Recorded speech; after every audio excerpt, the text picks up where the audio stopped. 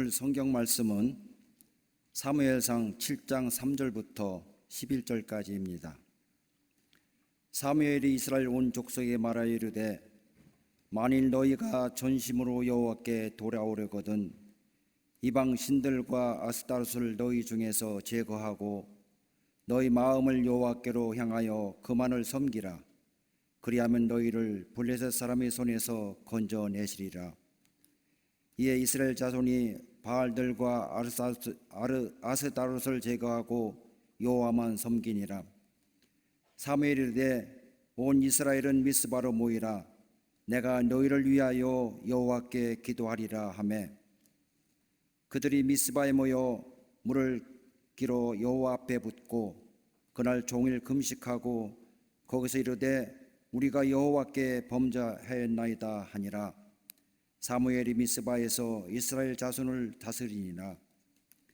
이스라엘 자손이 미스바에 모였다함을 블레셋 사람들이 듣고 그들이 방백들이 이스라엘을 치러 올라온지라.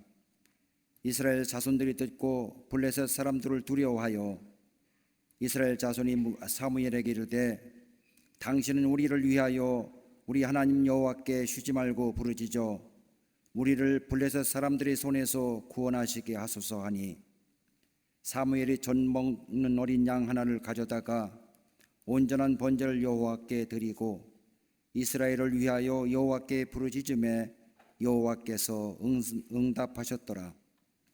사무엘이 번제를 드릴 때에 블레셋 사람이 이스라엘과 싸우려고 가까이 오매 그날에 여호와께서 블레셋 사람들에게 큰 우레를 발하여 그들을 어지럽게 하시니 그들이 이스라엘 앞에 패한지라. 이스라엘 사람들이 미스바에서 나가서 블레셋 사람들을 추격하여 벳갈 아래에 이르기까지 쳤더라. 아멘.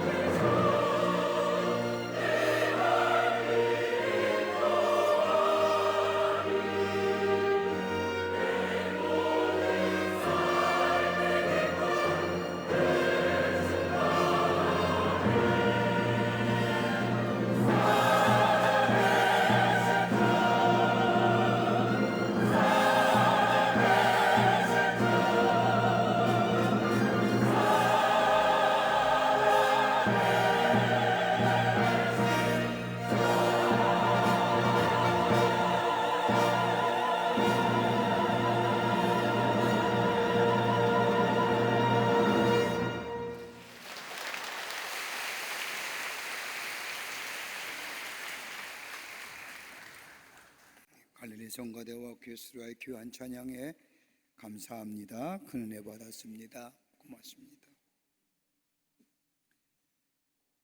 430년간의 애굽의 노예로 살면서 고통과 아픔 가운데 지내던 이스라엘 백성, 하나님의 특별한 은혜로 출애굽하여 하나님의 약속인 땅인 가나안 땅을 향해 갑니다.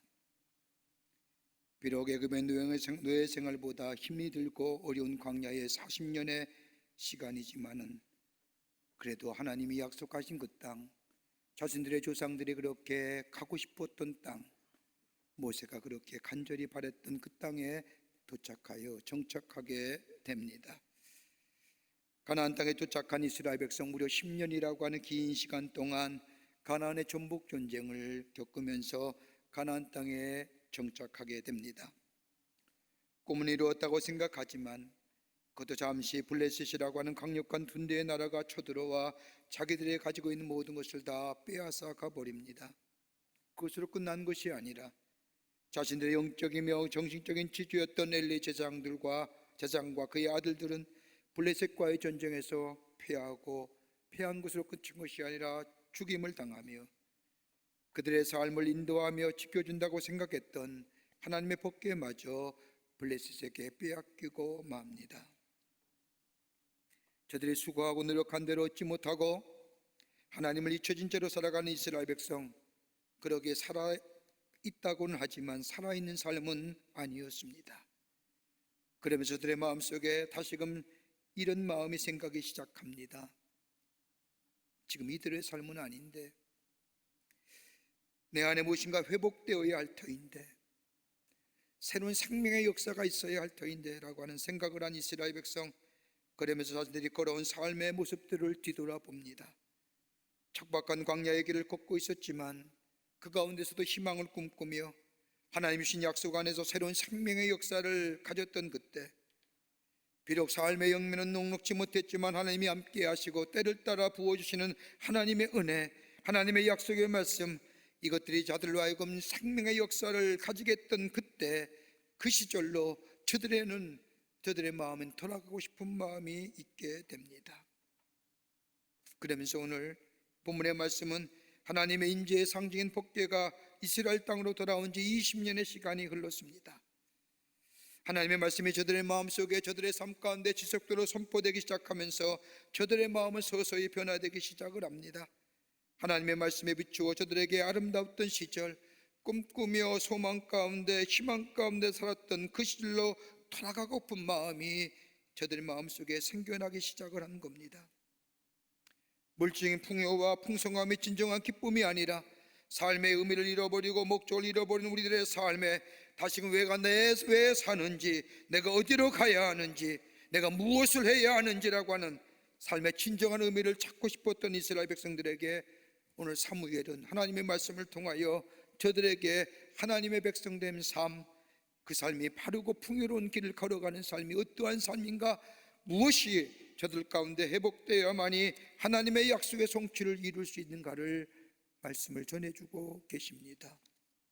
사랑하는 성도 여러분, 오늘 이 말씀은 저 사무엘 시대에 주셨던 하나님의 말씀이 아니라 오늘 이 시대를 살고 있는 우리에게도 주시는 하나님의 말씀입니다. 회복될 것이 참 많지요. 회복될 것이 참 많습니다만은 진정으로 하나님이 주시는 풍요와 그리고 번성함에 바른 삶 살려고 하면 어떤 삶을 살아야 하는지, 무엇이 우리 가운데 회복되어야만이 하나님이 주시는 축복을 누리며 사는 복된 하나님의 백성의 삶이 될 수 있을까? 오늘 본문의 말씀을 우리에게 귀한 영적인 교훈과 더불어 기도의 제목을 주고 계십니다. 첫째로 하나님과 관계를 새롭게 정립하라는 겁니다. 하나님과 관계를 새롭게 다시 한번 정립해 보라는 겁니다. 사무엘상 7장 2절의 말씀을 보면 걔가 기랏 여아림에 들어간 날부터 20년 동안이나 오래 있은지라 이스라엘은 온 족속의 여호와를 사모하니라. 하나님과 이스라엘 백성의 관계는 다름이 아니라 하나님의 법궤를 어디에 두었는지, 하나님을 법궤를 얼마나 의식하고 사느냐에 따라서 저들의 미래가 달려있다고 해도 과언이 아닙니다. 그런데 이스라엘 백성은 하나님 블레셋과의 전쟁에서 여호와 법궤를 빼앗겼습니다. 하나님의 복궤가 일레셋에 빼앗겼을 때에 이스라엘 백성은 절망했습니다. 그렇게 절망했던 이스라엘 백성, 여호와의 복궤가 들어오면 모든 것이 다 해결될 것만 같았던 이스라엘 백성, 그러나 여호와의 복궤가 기럇 여알림에서 들어온 지 20년이 지났음에도 불구하고 이스라엘 백성에는 아무런 변화나 관심이 없었다는 겁니다. 관심이 없었다는 것은 하나님의 말씀과 상관없는 삶을 살았다는 겁니다. 복궤의 필요성도 하나님의 말씀이 얼마나 소중한지도 알지 못하고, 저 이스라엘 백성, 하나님의 택하신 백성인 저 이스라엘 백성은 하나님과의 관계없이도 살아가는 삶을 살고 있었다는 겁니다. 이스라엘에 있어서의 하나님의 복궤는 하나님 인재의 상징이었습니다. 광야의 40년의 척박한 시간 속에서도 하나님의 복궤가 이스라엘 백성과 함께함으로 인하여 저들은 광야의 척박한 길을 걸으면서도 하나님이 함께 하신다, 하나님이 통행하신다는 것을 믿으며 바라보며 저들은 40년의 길을 걸었습니다. 복궤를 통하여 하나님의 말씀을 들었습니다. 하나님의 말씀을 들을 때 저들의 삶의 방향이 잡아져 갔을 뿐만 아니라 건너지 못할 요단강을 건너게 되었고, 무너지지 못할 것 같았던 저 여리고성이 무너짐을 보면서, 아하, 하나님이 우리와 함께 하시는구나, 하나님의 보호하심이, 하나님의 인도하심이 우리와 함께 있구나, 그러니 우리 안에 승리의 역사가 나타나는구나 라고 경험하며 고백했습니다.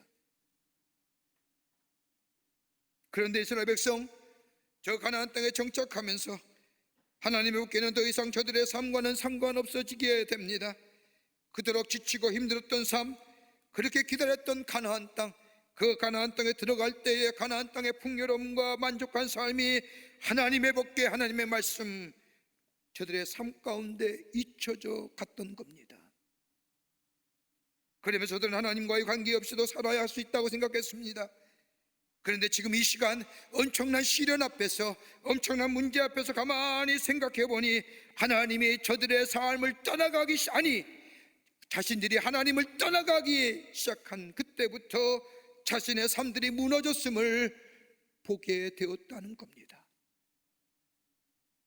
자유롭고 풍요롭고 같았지만 하나님을 떠난 삶, 그 자신들의 삶에 어느새 자유함이 사라지고 물질적인 풍요로움은 있을지 모르지만은 정신적인 빈곤함과 영적인 공허함이 저들의 삶을 어떻게 얼마만큼 고통스러워했는지, 어떻게 빈곤한 삶을 살게 했는지 깨닫게 되었다는 겁니다. 수고하고도 건진 것이 아무것도 없는 인생이라는 것, 허무한 인생이라는 것이 발견되었다는 겁니다. 이러한 이스라엘 백성에게 사무엘을 통하여 하나님의 말씀이 들어오기 시작할 때에 저들은 진정으로 찾아야 할 것은 다름이 아니라 하나님의 말씀이 우리 안에 세워져야 된다는 것을 깨닫고 하나님의 말씀을 사모하기 시작했다는 겁니다. 사랑하는 성도 여러분, 가만 생각해 보세요. 하나님의 말씀이 내 삶의 기준이 안 되어도 우리가 먹고 사는 데는 별 지장 없지 않습니까? 지장 있으세요? 여러분, 하나님의 말씀에 의지 않고도 살아도 생명에는 별 지장 없지 않습니까? 직장 생활할 수 있고요, 결혼하여 가정을 이룰 수 있고요, 자녀 낳을 수 있고요, 하나님 없이도 내가 원하고 바라는 것 할 수 있습니다. 그런데 문제는 뭐예요? 하나님 우리의 삶 속에 잊어버리게 되면, 하나님 우리의 삶 속에 아니 계시면 우리의 삶의 가장 가치와 우리의 삶의 의미가 상실된다는 겁니다.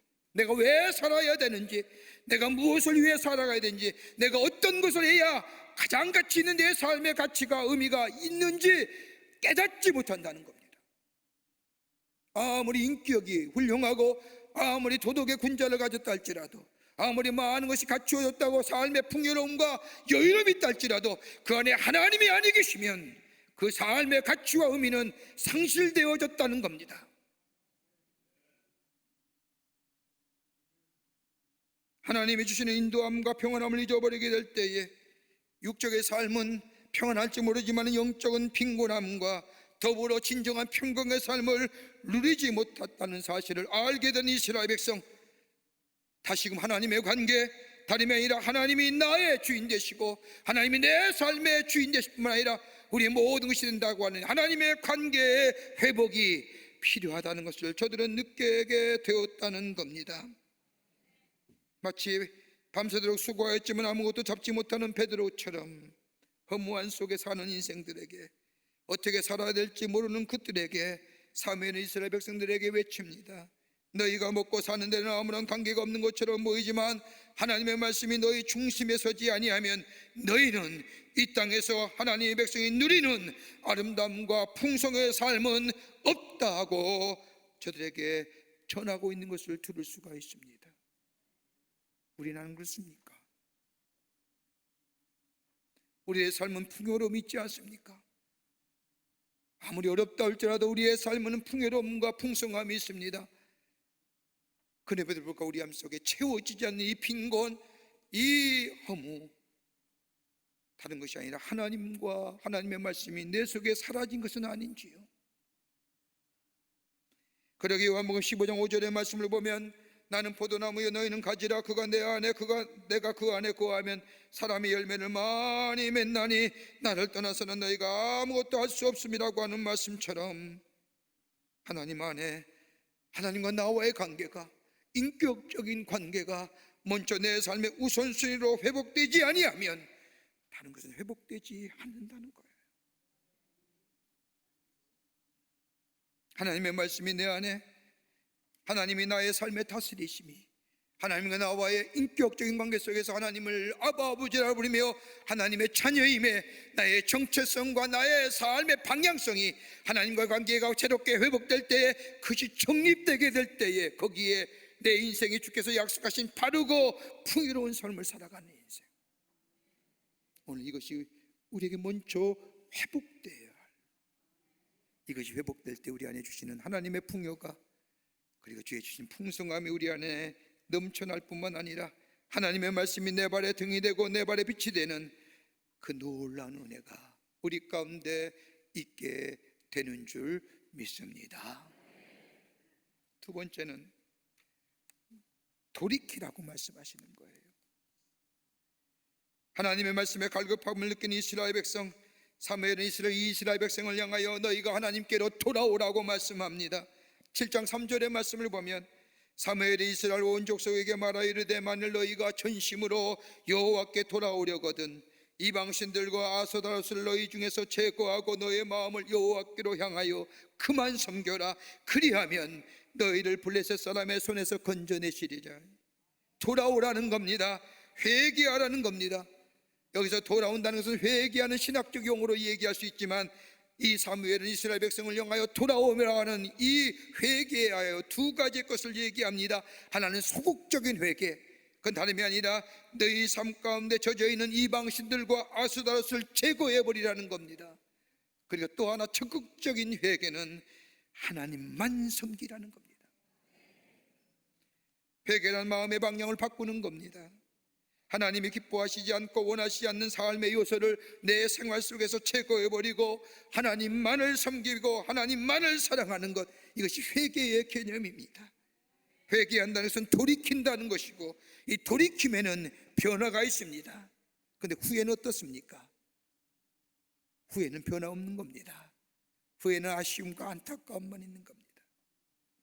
후회하지 말라는 겁니다. 회개하라는 겁니다. 마음의 방향을 바꾸라는 겁니다. 돌이키라는 겁니다.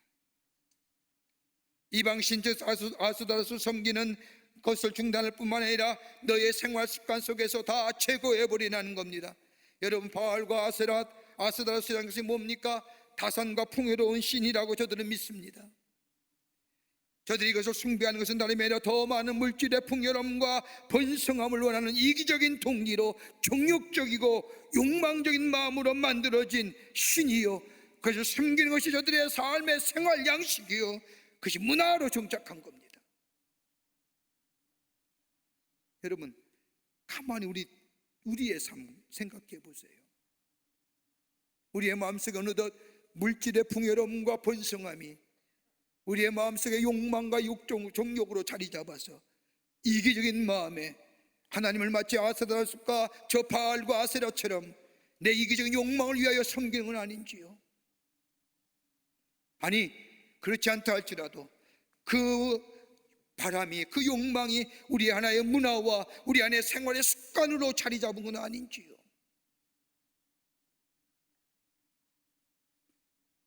여러분, 가나안 그때에 바알과 아스타롯을 숭배하는 사람들, 일부러 신전에 거하는 남자들과 사제들과 정사를 벌이면서도 이것이 종교적 행위로 사용되고 아무런 도덕과 윤리적으로 가책을 느끼지 않는, 성적인 방종으로 느끼지 않는 것으로 전락되어 버린 거예요. 물질의 번성함과 풍요로움만 있으면 다 된다는 거예요.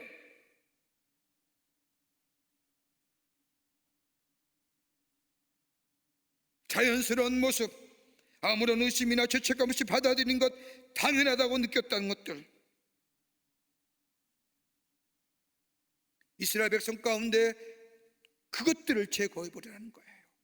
하나님의 약속이 딴 가나안의 땅에 들어갔지만 하나님을 잊어버리며 다산과 물질의 풍요를 위해 저들의 삶과 저들의 생활 가운데 저들의 잘못된 가치관이, 저들의 문화와 습관에 자리 잡고 있던 것들, 삶의 풍요로움과 아름다운 것은 이런 것들을 위해서 주어지는 것이 아니라 하나님께서 주어져야만이 가능한 것을 기억하며 너의 삶 가운데 이 문화, 이 습관, 이 체질화된 것을 제거해버리라는 겁니다. 제거한다는 것은 내가 살아온 삶의 모습을 진지하게 돌아본다는 겁니다. 내가 옳다고 생각하고 내가 맞다고 생각하는 나의 사고와 생각 속에 정말 하나님의 백성으로서의 온전한 삶의 모습, 하나님을 섬기는 삶의 모습이 내 안에 있는가 돌아보는 겁니다. 여러분, 영국의 노예 무역제도를 폐지를 주장했던, 처음으로 폐지를 주장했던 윌리엄 월브포스라는 분이 계십니다. 감리교 성도지요. 영국의 산업혁명이 일어날 때 그때 수많은 아프리카의 사람들이 잡혀와 노예로 팔려가던 노예 무역제도가 성행했던 그때에 인간의 존엄성을 철저히 파괴하는 이 노예 무역제도를 폐지하기 위하여 무려 56년간 긴 시간을 노력한 사람이 윌리엄 월브포스입니다. 27살 나이에 주님을 만나고 더 이상 정치를 할 수 없다고 생각되었을 그때에 하나님의 말씀을 깨닫고, 그리고 자신들이 얼마나 그 말씀에 비추어 얼마나 자신들이 잘못하던 것을 이 윌버포스는 발견하게 됩니다. 당시 영국의 수입의 3분의 1이 노예 무역제도에 의하여 얻어진 것들이었습니다. 영국 사람들은 당연한 속에, 생활 속에 지극히 당연한 것이었습니다. 누구도 이런 제도에 의하여 의의를 제거하거나 반대하는 사람 아무도 없었습니다. 이것이 저들의 삶의 습관이요 저들의 문화가 또 정착되었던 그때에, 한 번도 의심해보지 않았던 그때에, 이것이 내 삶의 양식이요 생활의 방식이라고 생각했던 그때에 이 윌버포스는 하나님의 말씀에 비추어 하나님의 사랑에, 하나님의 뜻에 비추어 볼 때 이것이 잘못된 것이라고 느꼈던 윌버포스. 그는 56년 동안 자신의 전생을 쏘아붙으며 영국의 노예 무역 제도를 폐지에 앞장섰던 것을 보게 됩니다. 사랑하는 성도 여러분, 지금 우리가 흘러가는 우리의 문화를 정직하게 말씀의 기준으로 바라볼 줄 알아야 됩니다. 지금의 시대를 많은 사람이 정의하기를 포스트 모더니즘의 시대라 얘기하며 상대주의와 다원주의의 얘기를 합니다. 시대라고 말합니다. 하나님의 절대성을 생각하는 문화가 아닙니다. 물질의 만능과 이기주의와 실용주의가 함께 어우러져 가면서 사람들은 하나님 없이도 살아갈 수 있다고, 이것이 신앙이란 이름으로, 이것이 문화란 이름으로 우리의 삶 속에 깊게 뿌리 박혀 있음을 봐야 됩니다. 이거 우리 속에 제거해 버려야 된다는 거예요. 익숙해진 것부터 나의 삶을 분리하는 아픔과 고통이 없이는 결코 돌이킴이, 회개가 없습니다. 여러분, 돌이키지 아니하면, 우리의 마음의 방향이 하나님께로 돌이키지 아니하면 하나님의 말씀이 들려오지 않는 대로 내 속에 들어오지 않습니다. 오랫동안 예수를 믿어 내 삶에 긍정적인 변화가 없는 것은 아직도 내 안에 아스다롯과 제거되어야 할 바알이 있기 때문은 아닌지요. 이스라엘 백성이 하나님께로 돌아오면서 저들이 새롭게 시작된 과정은 다름이 아니라 회개하며 하나님께로 돌이킬 때 하나님이 그의 심령을 다스려 주시고요, 그의 심령을 새롭게 하시고요, 그의 심령 속에, 저들의 심령 속에 생명의 기운을 불어넣어 다시금 회복케 하는 새로운 생명의 역사가 저들 가운데 있었음을 보게 됩니다. 예수님이 땅에 오셔서 처음으로 외쳤던 말씀이 뭘까요? 회개하라, 천국이 가까이 왔습니다. 세례요한도 외쳤던, 광야에 외쳤던 소리, 회개하라, 천국이 가까이 왔니라 얘기. 여러분, 그 말을 듣는 저 바리새인과 서기관들, 그 예수님의 말씀을 이해했을까요? 저 말씀이 무슨 말씀인지, 무엇을 말하는지, 무엇을 뜻하든지 내 생활 속에, 내 문화 속에 여전히 물질의 풍요로움과 번성함이 내 삶의 목표요, 내 삶의 가치관이요, 내 삶의 의미라고 생각했던 저들 속에 돌이키라. 하나님이 주시는 풍요와 번영은 너희가 얻어주는 것이 아니라 하나님이 주셔야만이 가능하다는 것, 돌이킬 때에 가능하다는 이 예수님의 말씀이 저들에게 들려오지 않았던 겁니다. 왜요? 문화잖아요.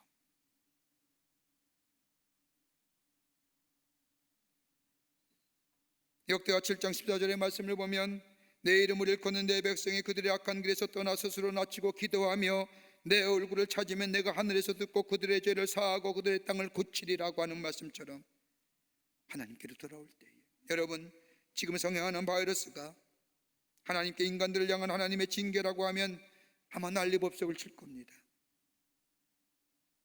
언론뿐만 아니라 많은 사람이 비난과 비판할 겁니다. 그런데 한번 생각해 보십시오.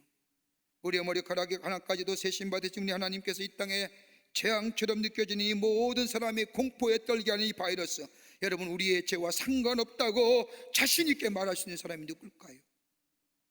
있을까요? 더더군이 그리스도인이라고 한다면, 하나님의 사람이라고 한다면, 주의 백성들이 하나님의 말씀대로 살지 못해서 하나님께 우리로 하여금 일깨워주기 위한 하나님의 경고라고 생각한다면, 우리가 살아가는 우리의 삶이 편하고 유익하고 그리고 우리에게 즐거움을 주는 것이 아니라 진정으로 하나님만을 섬기며 하나님 앞에 합당한 삶이 무엇인가 다시 한번 내 삶을 돌이키며 내 삶을 점검하며 하나님께로 내 삶의 방향을 옮기게 될 때에 하나님은 우리를 바르고 풍요로운 삶으로 우리의 삶을 인도해 주실 줄을 믿습니다. 돌이키는 거예요. 끝으로 영적 갱신이 있어야 됩니다. 영적인 새로움이 있어야 됩니다. 갱신은 새롭게 됨입니다. 새롭게 됨은 다름이 아니라 우리에게 새롭게 있을 때에 우리에게 부흥의 역사가 일어납니다. 하나님께로 돌아가겠다고 결심한 이스라엘 백성, 7장 9절의 말씀을 보세요.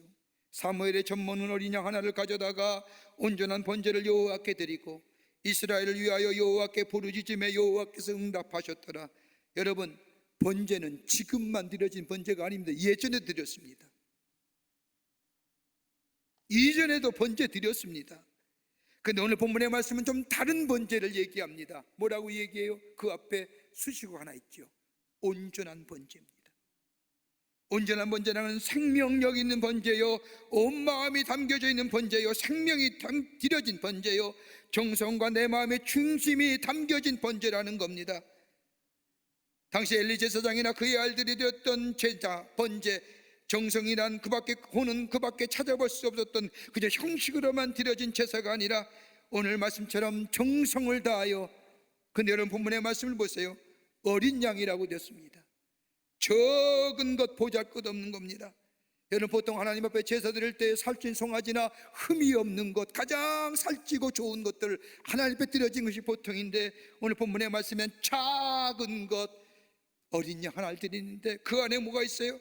보잘것없고 적은 것이지만은 그 안에 정성이 담겨져 있고 거기에 중심이 담겨져 있고 거기에 내 마음이 담겨져 있다는 것. 하나님이 그걸 보시고 하나님이 응답하셨다는 겁니다. 지금 우리가 드려진 것으로 해석한다면 예배, 여러분 어떻게 예배 드립니까? 정말 내 정성이, 내 전 인격이, 내 마음이 이 예배에 담겨져 있습니까? 오늘 주역에서 주시는 이 말씀, 아 그래, 저 말씀은 나를 위한 말씀이야, 나에게 주시는 말씀이야, 그리고 그 말씀에 대해 아멘하며 그 마음을 받아들이며 온 마음으로 예배드리고 있는지요? 그저 들어왔던 예배기에 저는 요즘 예배 드리면서 매번이 감격스러워요. 가문 갈수록 예배에 대한 제재들이 얼마나 많은지. 예배 드리지 말라는 얘기가 똑같습니다. 그럼에도 불구하고 우리가 예배 드린다는 것이 얼마나 귀하고 얼마나 감격스러운지요. 이 한 시간 한 시간이 얼마나 귀한 시간인지. 예배 회복이었습니다. 온전하게 예배 드렸습니다. 정성이 혼이 담겨진 예배. 그리고 이스라엘 백성이 블레셋이 쳐들어오자 이스라엘 백성 그 다음에 뭐 할까요? 영적 갱신을 위해서 다름이 아니라 번제를 드릴 뿐만 아니라 온종일 금식했습니다. 금식이라는 것은 내 삶의 우선순위는 하나님께 있다고 하는 고백입니다. 내가 먹고 마시는 것보다 더 중요한 것이 있으면 하나님이 내 삶의 먼저입니다 라고 고백하는 것, 그 행위가 바로 금식입니다. 내 성전을 위해 먹는 것을 포기하면서 하나님 앞에 나아가며 하나님이 내 삶의 먼저입니다, 하나님이 돕지 아니하시면, 하나님이 함께 하시지 아니하시면 나는 살아갈 수 없습니다 라고 하는 이 고백과 이 울부짖음의 표현이 금식입니다.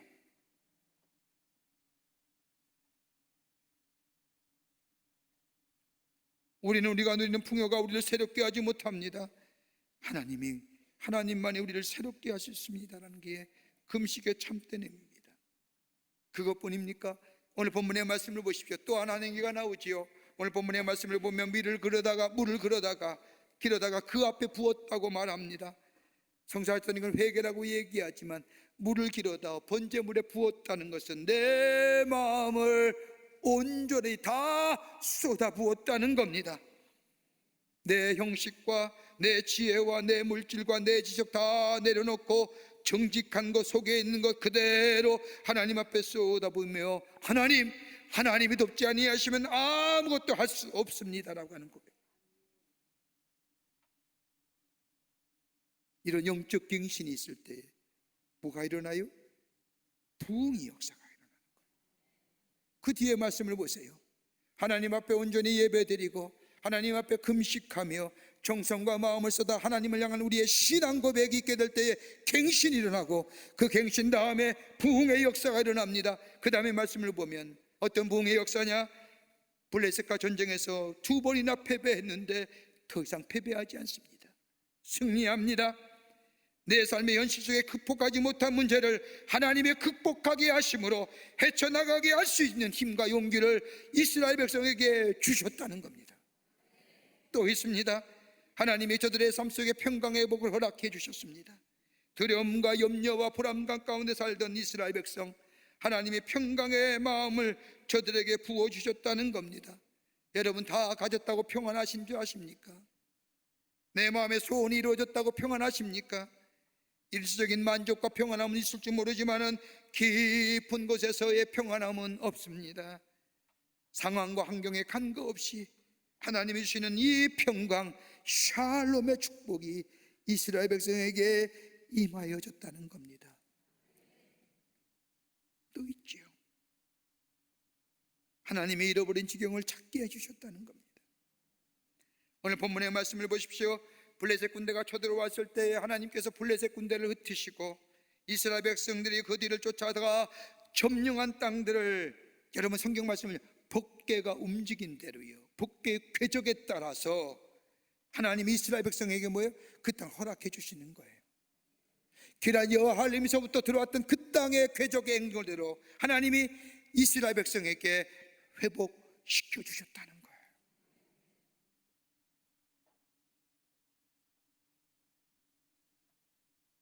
그리고 이스라엘 백성이 그 하나님의 놀라운 은혜와 승리를 잊어버리지 않기 위해서 돌을 하나 세우고 에베네셀, 하나님이 여기까지 도우셨습니다. 영적 갱신을 통하여 부흥의 역사, 그것을 저들의 마음속에 즐거움을 주셨던, 행복함을 주셨던 그 귀한 영적인 부흥의 역사를 저들의 가슴속에 뭐예요? 영적인 추억으로 남게 하셨다는 거예요. 그게 에베네셀이에요. 하나님의 관계가 회복되고 하나님 앞에 영적인 갱신이 일어나게 될 때, 그리고 하나님께 돌이키는 심령 위에 하나님은 아름다운 믿음의 역사를 허락하실 뿐만 아니라 저들 안에 아름다운 믿음의 추억들, 영적인 추억을 저들에게 기억 속에 남기게 하실 뿐만 아니라 어느 때에 어느 자리에 갔든지 어떤 어려움이었든지 그 영적인 기억을 다시 한번 꺼내어내요 저들의 삶 속에 새롭게 하시는 역사를 저들 마음속에 세워주셨다는 겁니다. 사랑하는 성도 여러분, 우리 안에 회복될 게 참 많지요. 우리의 가정도 회복돼야 되고 우리의 자녀의 관계도 회복되고 부부의 관계도 회복되며 우리의 물질, 사업, 그 밖에 많은 것들 회복돼야 할 것이 굉장히 많습니다. 그보다 더 하나님과 우리의 관계가 회복돼야 됩니다. 하나님이 나의 하나님 되십니다라는 고백이 우리 가운데 있어져야 됩니다. 하나님이 나를 다스려 주셔야만이 됩니다. 그리고 내가 안에 있는 내 바알과 아스타로스의 제사를 제거해 버리고 하나님께 돌아와 하나님이 내 삶의 전부이십니다. 하나님이 축복해 주셔야만이 됩니다. 하나님이 인도해 주셔야만이 됩니다. 전적인 하나님만을 붙잡고 사는 인생, 그리고 내 안에 예배가 회복되고 하나님 앞에 기도가 회복되고 하나님 앞에 우리의 신앙이 새롭게 회복되는 이 놀라운 역사가 있게 될 때에, 영적인 갱신이 있게 될 때 우리 하나님은 우리의 삶 속에 회복하시는 역사, 다름이 아니라 우리의 지경을 넓혀주시고 더 나아가 우리의 삶 속에 하나님이 주시는 놀라운 역사 안에서 우리에게 평강을 허락해 주시고 승리케 하시는 놀라운 은혜가 우리 안에 임하여 바르고 풍요로운 길을 걸어가는 하나님의 백성의 삶으로 살아가게 하실 줄을 믿습니다. 이 믿음의 고백이 오늘 여러분과 저 가운데 있기를 간절히 주의 이름으로 축원합니다. 하나님 감사합니다. 저희들 사랑하시고 하나님의 자녀 삼으심에 감사합니다. 우리의 삶 다시금 하나님 앞에 온전히 서 있는 삶인가 한번 뒤돌아보는 저희들 되게 하여 주시옵소서. 세상의 물질과 풍요와 번성함을 쫓아가는 삶은 아닌지, 아니면 하나님이 나의 삶의 전부이십니다, 하나님만이 내 삶의 주인 되시라고 고백하는 저희들의 삶 되게 하여 주셔서 하나님의 주시는 놀라운 번영과 바르고 풍요로운 삶, 풍성함의 삶이 우리 안에 넘쳐나 복된 걸음, 힘있는 걸음, 주님을 증거하는 걸음으로 삼아 주시옵소서. 도우실 줄 믿으며 예수님의 이름으로 기도하옵나이다. 아멘.